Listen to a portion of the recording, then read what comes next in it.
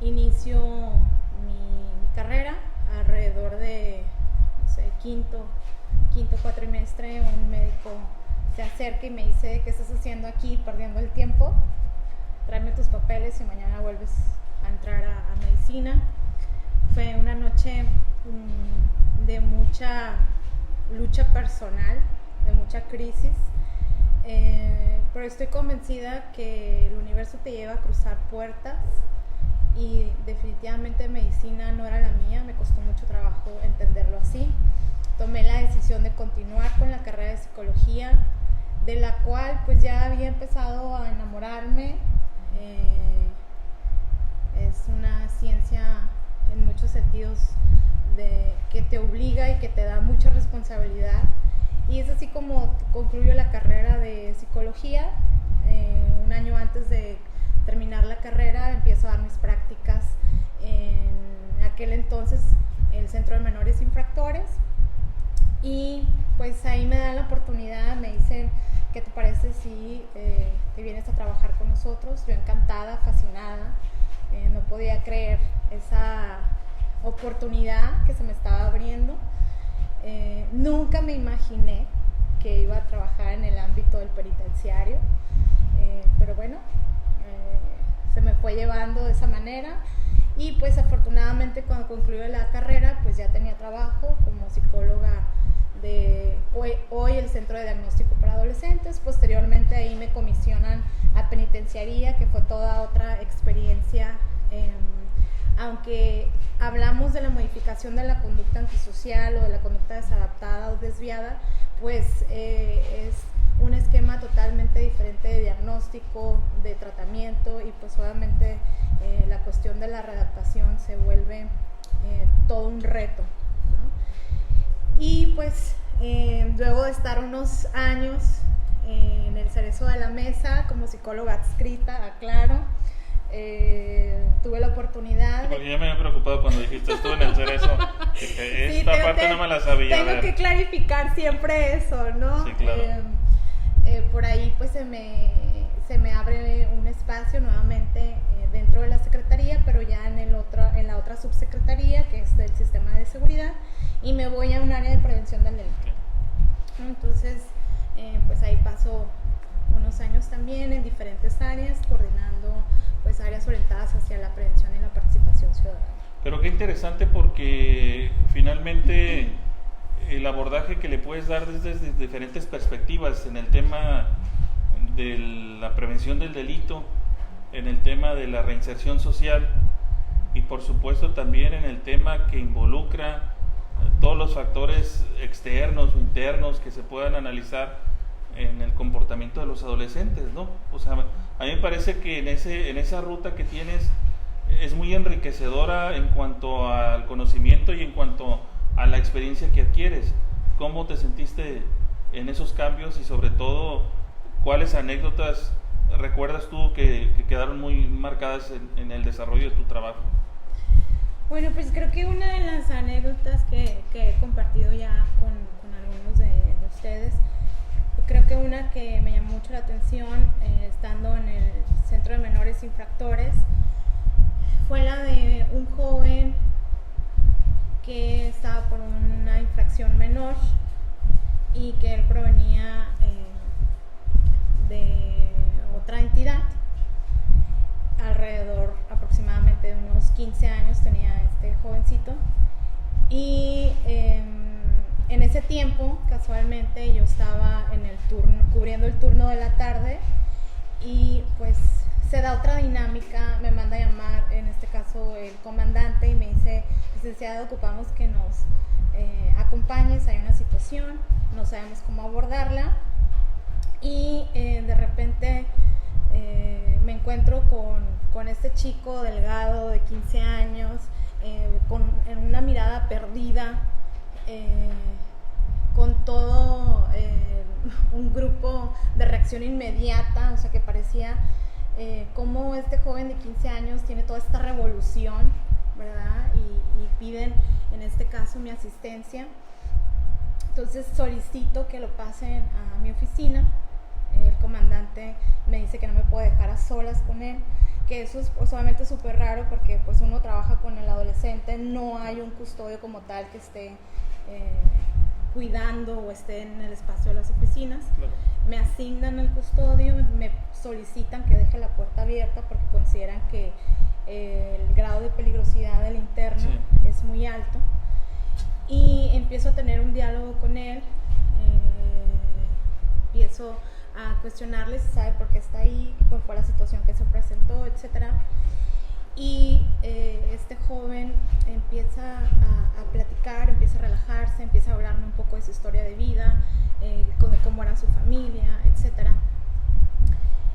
Y la sorpresa para mí fue que el motivo, la razón por la cual me mandaron llamar es porque este joven ya tenía varios días ahí y inicialmente se le asignó estar en el área que es básicamente un dormitorio donde hay muchas literas, pero muchos de los compañeros empezaron a tener miedo porque este chico realizaba ciertos rituales en donde hacía ciertas oraciones o ciertas invocaciones. Entonces el área de seguridad considera que lo tiene que enviar al área de celdas, donde generalmente están los adolescentes que tienen un mayor rango de edad o que tienen alguna conducta, ¿no? Entonces, estando en el área de celdas propiamente, lo colocan solo, y por alguna razón esa celda tenía una ventana y él logra, no sé cómo, tomar un pájaro que se coloca en la ventana, lo agarra, de alguna manera pues lo decapita, y con la sangre del animal empieza a realizar simbología en las paredes y en el piso, y empezaba a hacer estas oraciones, no los dejaba dormir, esto era a la hora de la madrugada. Entonces esa es la razón por la cual me llaman, ¿no? Entonces realizando toda la historia clínica, le empiezo a preguntar yo que qué se debe pues a ese tipo de prácticas, ese tipo de comportamientos, y él hace alusión a que hay un personaje el cual él denomina Vampi, y es quien realiza todas estas prácticas. Y hay un momento en donde pues yo pienso que este chico está tratando de distorsionar la realidad, o que está tratando de inventar este personaje pues para eliminar las consecuencias. Y llega un momento en donde él me dice, de hecho Vampi quiere hablar contigo, ¿no? Y pues yo dentro del esquema clínico, tratando de no perder la objetividad, le digo, en este momento yo no estoy lista, no estoy preparada para hablar con él. ¿Qué te parece si lo hacemos en una segunda sesión? Yo creo que ahorita puedes subir al área, ya yo te veo tranquilo, veo que ya estás estable. Vamos a solicitar que el área de seguridad te acompañe a tu dormitorio y posteriormente yo te voy a mandar a ver. Al día siguiente yo me doy a la tarea de buscar esta simbología. Sí. Y efectivamente era simbología asociada a rituales satánicos, en el cual pues obviamente no dominaba yo esta temática a profundidad, y me doy cuenta que efectivamente esta persona estaba pues adoctrinada en esa temática, que sí sabía de lo que me estaba hablando, y entonces solicito que me lo traigan nuevamente. Empiezo a platicar con él y me dice, Vampi está aquí, quiero hablar contigo. Yo dije, está bien, hoy sí vamos a permitirnos ese espacio. Y de repente yo observo que el cambio de coloración de su piel, que su respiración empieza a tener un cambio que es bastante notorio, dramático, y de repente se va hacia enfrente y pienso yo que se va a desvanecer, ¿no? O que sufrió algún tipo de vértigo, y en eso que se reincorpora nuevamente, le pregunto que si se encuentra bien, me dice, sí, estoy bien, ¿por qué no querías hablar conmigo? Entonces le pregunto yo con quién estoy hablando, y me dice que con Vampi, y él me empieza a platicar y me empieza a decir que pues él ha tenido que hacer todo esto para que el interno que estábamos evaluando no fuera sometido, humillado, o no fuera colocado en situaciones de desventaja, y que pues era él quien básicamente tenía que venir a agotar todos estos recursos para poderlo defender. Y claro, pues yo en mi impresión, tratando de cuidar mi gesticulación, claro. ¿verdad? Porque muchas veces uno ve en la práctica en los manuales este tipo de trastornos, que en este caso es un trastorno disociativo, mejor conocido como un trastorno de personalidad, en términos coloquiales. Nunca te imaginas tener esa oportunidad de visualizar todos estos rasgos, y aún así caes o entras en esa duda de que si esa hipótesis que te estás generando de ese trastorno, o sea, es real, ¿no? Creo que esa ha sido una de las experiencias que más me ha llamado la atención en la parte del trabajo con menores, ¿no? Tengo muchas anécdotas, pero creo que es una de las más interesantes, ¿no? Interesante e impactante, ¿no? Y sobre todo el manejo que finalmente llevas a cabo, ¿no? O sea, digo, quien no está acostumbrado a manejar una situación de esa naturaleza, finalmente se te puede desbordar, se te puede salir de control, ¿no? Fíjate que nos llama mucho la atención ahora en este contexto que se vive en el país, el incremento de la incidencia delictiva en otras entidades, acciones que se reflejan cada vez más violentas.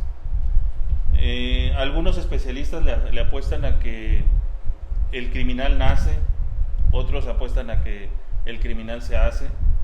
Y bueno, esta serie de disyuntivas, esta serie de interrogantes son constantes, ¿no? Finalmente sabemos que la estrategia de seguridad que se tiene que llevar a cabo tiene que ser integral. Pero en este contexto, ¿dónde entra el criminólogo? ¿Dónde entra el psicólogo?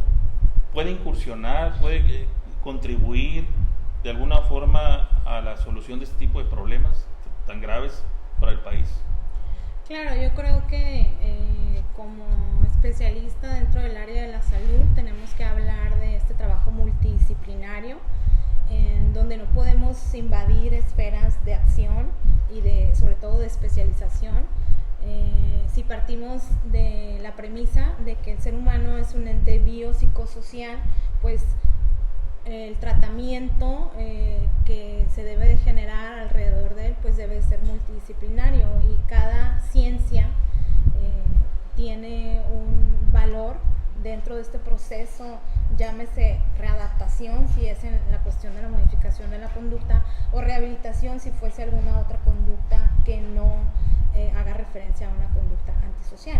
Entonces, definitivamente los profesionistas de hoy, tanto en formación como aquellos que ya se encuentran en la práctica, sobre todo los que ya estamos en la práctica, hemos tenido que formar o convertirnos en agentes transformadores y entender que es trabajo de todos, y que dentro de esta esfera que se llama individuo, que se llama fenómeno social o que se llama criminalidad, todos tenemos un área de aportación que se vuelve fundamental para que este sistema, este engranaje, realmente tenga los resultados que la actualidad requiere.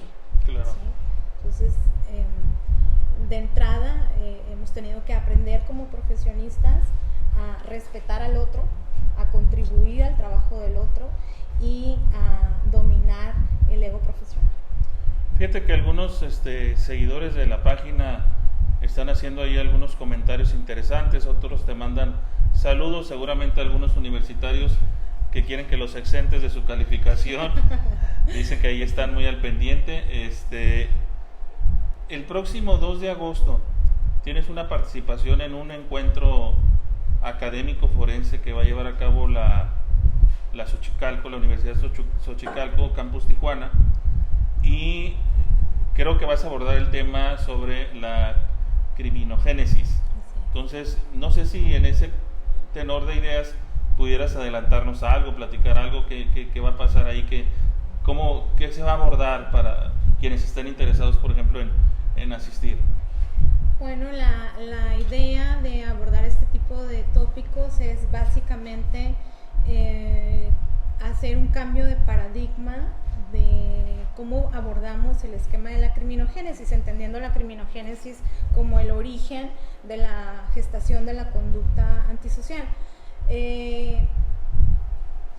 Desafortunadamente, todas las áreas de prevención a través de las diferentes direcciones y a través de las diferentes secretarías asociadas a la seguridad pública se han focalizado en el trabajo sobre el signo o el síntoma, en este caso de la enfermedad o del trastorno de la personalidad antisocial, dejando fuera el origen, ¿sí?, que está ocasionando toda esta serie de comportamientos desadaptados, desviados y algunos de ellos asociados a delitos de alto impacto.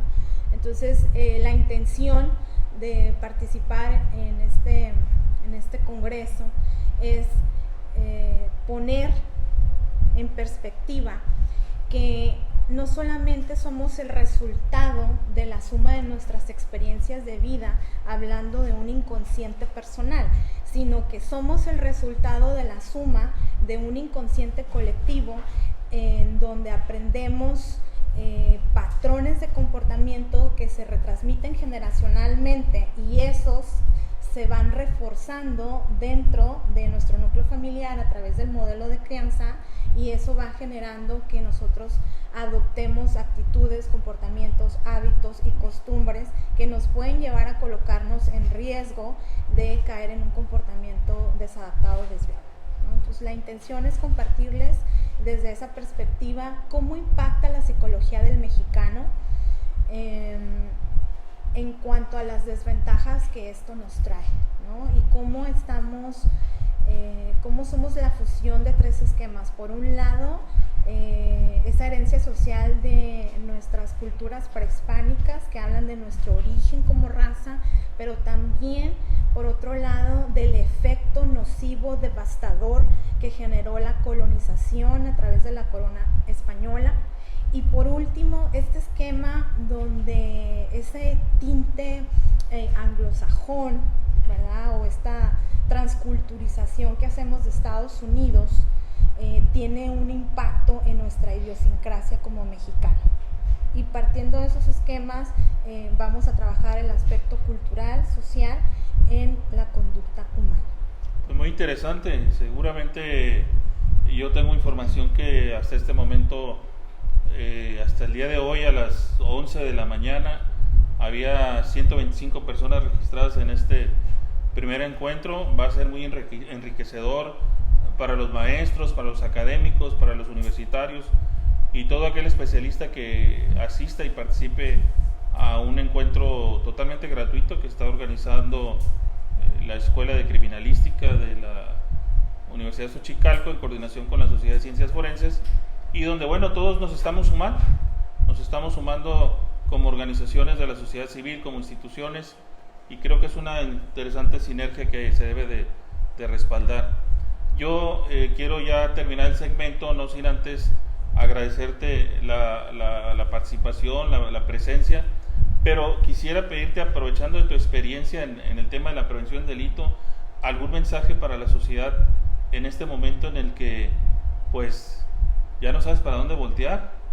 Digo, reconocemos que todos estamos haciendo un gran esfuerzo.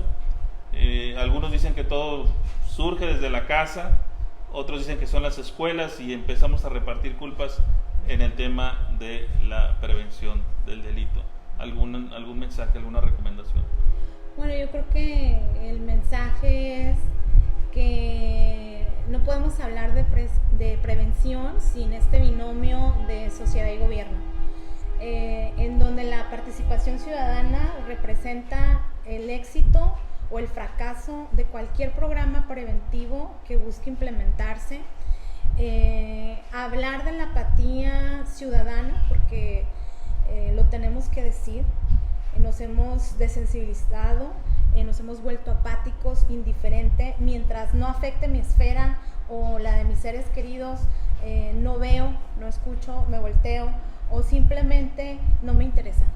Entonces, como bien lo mencionaste, la importancia de los modelos de crianza, porque las instituciones están rebasadas, por supuesto, en cuanto a su recurso humano. Entonces, si bien es cierto, cada dependencia, cada administración debe de enfocarse en la preparación, en la capacitación de los expertos en cada área de la prevención, también es cierto que la ciudadanía debe de volverse receptiva a este trabajo, coadyuvar y multiplicar estos programas para sanear nuestra sociedad, para lograr que ese inconsciente colectivo no nos hable de una escala de valores invertida, al contrario, que nos hable del fortalecimiento de valores, de principios y de esquemas donde el bien común se sobreponga ante la individualidad de un sujeto que puede ser indiferente y apático. Entonces, este es un ejercicio en donde el gobierno tiene una parte, pero la parte fundamental está en manos del ciudadano. O sea, el volvernos incluyentes, el volvernos receptivos es un ejercicio que debemos de generar y de integrar primero como adultos, luego como padres, y irlo integrando en ese modelo de crianza para tener hijos con un sentido común, hijos sensibles, hijos que logren generar en el otro confianza, que logren generar en el otro apoyo, que encuentren esa conexión. Esto es un trabajo de todos y no se puede hablar de prevención si no estamos dispuestos a participar. Claro, muchas gracias, Carolina, y gracias por estar aquí con nosotros en este segmento de apuntes de un forense.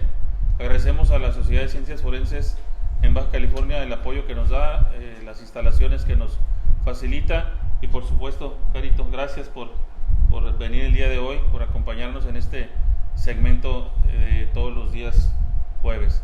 Nos vemos pronto, gracias a todos, buenas tardes.